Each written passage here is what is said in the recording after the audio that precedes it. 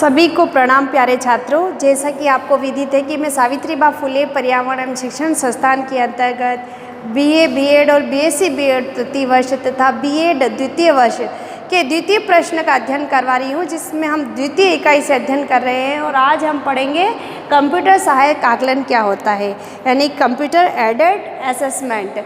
Computer सहायक आकलन को CAA भी कहते हैं। कंप्यूटर होता क्या है वह मैं थोड़ा तथ्य आपके समक्ष प्रस्तुत करूंगी कि कंप्यूटर शब्द की उत्पत्ति कंप्यूटरे से उत्पत्ति हुई है, जिसका अर्थ होता है संगणना का गणना करना। तो इसको हिंदी में हम संगणक भी कहते हैं। जो कंप्यूटर होता है उसके अंतर्गत क्या होता है कि यूज़र करता है, यानी कि जो प्रयोगकर्ता होता है, जो उपयोगकर्ता होता है, वह कुछ निर्देशों और डेटा को इनपुट करता है और वह डेटा और तथा निर्देशों को कंट्रोल के अंतर्गत वह निर्देश तथा डेटा प्रोसेस होकर परिणामों के रूप में हमें आउटपुट प्राप्त होता है। यह आउटपुट यानी ये परिणाम आंकिक भी हो सकता है और गैर आंकिक भी हो सकता है, यानी कि तार्किक भी हो सकता है। गणितीय और तार्किक दोनों प्रकार के आंकड़े इसमें होते हैं और इसके अंतर्गत जो डेटा प्राप्त होता है उसको बहुत समय तक के लिए हम इसको स्टोर कर सकते हैं। इसलिए यह बहुत ही उपयोगी मशीन है, आधुनिक मशीन है और इसका उपयोग हर क्षेत्र में होता है। चिकित्सा के क्षेत्र में, बैंक के क्षेत्र में, शिक्षा के क्षेत्र में, यानी कि हर फील्ड इससे जुड़ा हुआ है कंप्यूटर से। कंप्यूटर के बिना जो भी फैकल्टी है, जो भी संकाय है, वो इसके बिना अधूरा है। यानी कि हर शिक्षा के हर संकाय में इसका प्रयोग भली भांति इसका प्रयोग किया जाता है और यह छात्रों के लिए बहुत ही उपयोगी है। तो कंप्यूटर सहायक आकलन ये कंप्यूटर के अंतर्गत क्या होता है, कंप्यूटर अनुदेशन के अंतर्गत एक छात्र होता है जो आवश्यक अधिगम सामग्री से युक्त कंप्यूटर से अंतःक्रिया करता है। इसके माध्यम से एक छात्र जो होता है कंप्यूटर सहायक सामग्री से युक्त कंप्यूटर से अंतःक्रिया करता है और इस अंतःक्रिया का उद्देश्य यही रहता है कि जो छात्र होता है वह अपनी योग्यता तथा गति के अनुसार व्यक्तिगत रूप से स्व अधिगम करता हुआ वांछित अधिगम उद्देश्यों को प्राप्त करें। वांछित अधिगम उद्देश्यों को प्राप्त करना इस अंतःक्रिया का यही उद्देश्य रहता है कि छात्र अपनी गति से सीखे, अपनी योग्यता से सीखे, व्यक्तिगत रूप से सीखे, है ना। स्वतः अनुदेशन या स्वतः स्व अधिगम करता हुआ जो शिक्षण के उद्देश्य है, जो अधिगम के उद्देश्य उनकी प्राप्ति वह करे। तो यह दो प्रकार से कार्य करता है। इसको कंप्यूटर को हम कह सकते हैं कि कंप्यूटर सहायक शिक्षण भी कह सकते हैं। कंप्यूटर सहायक शिक्षण के अंतर्गत हम यही बात रखते हैं कि जो कंप्यूटर होता है इसको सूक्ष्मता से बनाई गई एक शिक्षण मशीन की भांति हम इसका प्रयोग कर सकते हैं, जो छात्रों के समक्ष विषय सामग्री को प्रस्तुत करवाती है, यानी कि विषय सामग्री छात्रों के समक्ष प्रस्तुत करती है तथा छात्रों के जो प्रत्युत्तर होता है उसको अर्थ प्रदान करता है। इसलिए इसको हम क्या कहते हैं, कंप्यूटर सहायक शिक्षण भी कह सकते हैं। इसका दूसरा यूज़ हम कंप्यूटर प्रशासित शिक्षण के द्वारा भी कर सकते हैं। कंप्यूटर प्रशासित शिक्षण के अंतर्गत यही होता है कि जो शिक्षक होता है वह छात्रों पर इसका प्रयोग शिक्षण सामग्री को प्रशासित करता है। तो ये कंप्यूटर जो शिक्षण सहायक सामग्री के रूप में प्रशासित हुआ है, तो वह क्या करता है कि छात्रों की जो योग्यता है उसका मापन करता है। इसके अलावा जो शिक्षण से संबंधित जो कोर्स है उसको प्रस्तावित करता है। इसलिए इसका उपयोग दो तरीक़ों से हम कर सकते हैं। एक तो ये शिक्षण शिक्षण सहायक सामग्री भी हो गई और इसके अलावा कंप्यूटर यानी कि सामग्री को प्रशासित करने वाला सामग्री भी हो गई, यानी कंप्यूटर प्रशासित शिक्षण।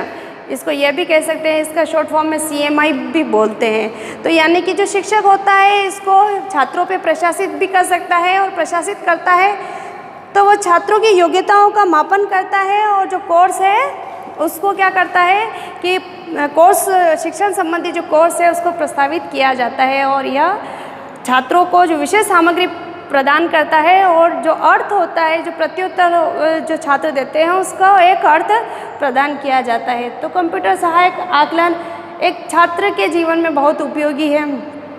इसके अंतर्गत क्या होता है कि जो छात्र होते हैं वह व्यक्तिगत रूप से स्वतः अधिगम करते हैं और यह अनुदेशन यानी कि कंप्यूटर अनुदेशन जब एक अधिगम परिस्थितियाँ छात्र के समक्ष पेश की जाती है तो ये अधिगम परिस्थितियाँ नियंत्रित अनुदेशन के माध्यम से छात्रों के समक्ष पेश की जाती है।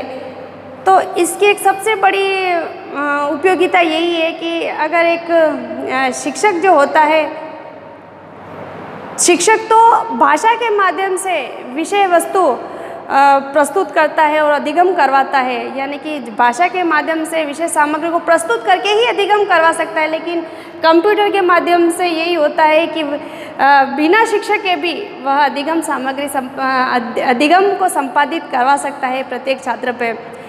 यह विशिष्ट उद्देश्यों, अनुदेशों तथा पूर्ण बयानों पर आधारित होता है, जिसके कारण अगर शिक्षक नहीं होते हुए भी वह अच्छी तरह से बच्चों को अधिगम करवा सकता है। जब शिक्षक अधिगम करवाता है तो उसमें अनिष्पक्षता की कम संभावना रहती है, अनियमितता की संभावना रहती है कि छात्र जो शिक्षक होगा वह छात्रों के समक्ष कभी कभी अनिष्पक्ष भी हो जाता है और कभी अनियमितता भी बरत लेता है। लेकिन कंप्यूटर के सहायता से जो अनुदेशन कर रहा है, अनुदेशन का सामान्य अर्थ यही होता है कि सूचना प्रदान करना या सूचना लेना या देना। तो कंप्यूटर अनुदेशन के माध्यम से यही होता है कि जो शिक्षक नहीं होते हुए भी बच्चे अधिगम कर सकते हैं। और इसकी उपयोगिता यही रहती है कि बहुत से बच्चों पर एक साथ में प्रशासित किया जा सकता है। कक्ष में तो मात्र 30 से 40 बच्चों को लेकर शिक्षक शिक्षण प्रक्रिया संपन्न करवाता है, लेकिन इसमें बहुत सारे हजारों विद्यार्थियों को एक साथ में रहकर भी वह शिक्षण करवा सकता है।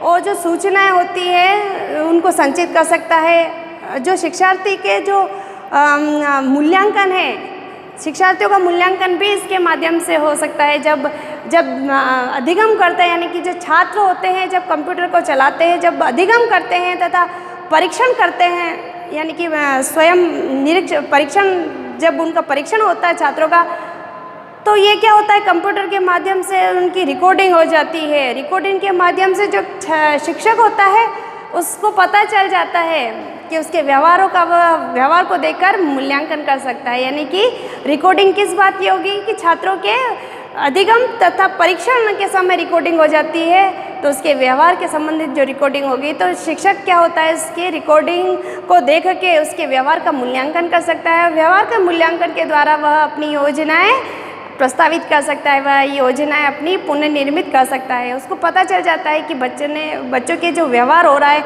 जो बच्चा कम रिजल्ट दे रहा है, तो इसका कारण क्या है, तो वह कारणों को जान सकता है। तो और एक जो छात्र होते हैं वह भी अपनी रिकॉर्डिंग देख के अपनी अधिगम क्षमता को जांच सकते हैं, आकलन कर सकते हैं। और साथ में यानी कि शिक्षक और छात्र दोनों को अपनी रणनीति बदलने के लिए यह बाध्य कर सकता है कंप्यूटर सहायक आकलन। इसके अलावा कम समय में बहुत सारे विद्यार्थियों में हम अप्लाई कर सकते हैं, इसकी रिकॉर्डिंग बना के भेज सकते हैं। कंप्यूटर के माध्यम से रिकॉर्डिंग होती है तो छात्रों को जब सुविधा मिलती है समय के अनुसार वह अधिगम कर सकते हैं। इसमें कोई बिना शिक्षक के भी वह अधिगम कर रहा है तो वह अपनी सुविधा के अनुसार, अपने समय के अनुसार वह अधिगम कर सकता है। इसके अलावा जो विभिन्न विषयों का अधिगम बड़ी आसानी से हो सकता है। और विषयों से संबंधित जो तथ्य हैं, जो चित्र हैं, जो प्रेजेंटेशन है, तो कंप्यूटर के माध्यम से उसको सुविधा के अनुसार उपलब्ध हो जाती है। और इसको जब सुविधा के अनुसार उपलब्ध हो जाती है तो उसमें रुचि जागृत हो जाती है और उसमें जिज्ञासा उत्पन्न हो जाती है। तो कंप्यूटर की सहायता से बड़ी आसानी से इन चीज़ों का प्रयोग करके वह अधिगम कर सकता है। और जो छात्रों की विभिन्न पाठों के संबंध में विद्यार्थियों के व्यक्तिनिष्ठ पाठों की उपलब्धि का पता लगता है। इसमें विद्यार्थी को प्रदत्त कार्यों का चयन वह इस कंप्यूटर के सहायता से प्रदत्त कार्यों का चयन कर सकता है। वह डाटा को कलेक्ट कर सकता है। डाटा को कलेक्ट करने के बाद उसका विश्लेषण भी बड़ी आसानी से वह कंप्यूटर की सहायता से कर सकता है। इसके अलावा जो कंप्यूटर के माध्यम से आकलन होता है तो जो छात्र में पूर्व ज्ञान कितना है उसके बारे में भी पता चल जाता है कि पूर्व ज्ञान से नए ज्ञान तक पहुंचाने के लिए क्या क्या सामग्री पेश करनी है, क्या क्या तथ्य पेश करने हैं। तो इसके माध्यम से पूर्व ज्ञान का आकलन बच्चों का हो जाता है। व्यक्तिगत रुचि के अनुसार बच्चों को शिक्षण कार्य हम संपादित करवा सकते हैं। और इसमें जो बच्चे होते हैं वह उनको अनुक्रिया करने का अवसर मिलता है, वह अपनी स्वयं अनुक्रिया करने का उनको अवसर मिल जाता है। अनुक्रिया का उनका मूल्यांकन भी होता है, मूल्यांकन किया जाता है। इसके अलावा निर्देशन, जो बच्चों को परामर्श निर्देशन दिया जाता है, तो वह भी उनकी अनुक्रियाओं को, उनके व्यवहार को देख के किया जा सकता है कि बच्चों को कहाँ परामर्श दिया जाए, कहाँ निर्देशन दिया जाए। तो ये सारी बातें कंप्यूटर में हम आसानी से बच्चे का आकलन कर सकते हैं। जो डेटा होता है, जो सूचना होती है, जो विचार होते हैं, उनको संचित तथा व्यवस्थित सुसंगठित ढंग से इसमें रखा जाता है, रिकॉर्ड किया जाता है। तो बहुत लॉन्ग टाइम के बाद भी हम इसको निकाल के छात्र के संबंध में हम सूचनाएं प्राप्त कर सकते हैं। इसके अलावा ये व्यक्तिगत भिन्नता के आधार पर बना हुआ था। जो छात्र स्लो लर्नर है तो वह अपनी गति से सीख सकता है, अपनी गति से, अपनी क्षमता से, अपनी योग्यता से वह अधिगम कर सकता है। और मतलब कि अनुसंधान कार्यों में तो इसका बहुत ही ज़्यादा महत्व है।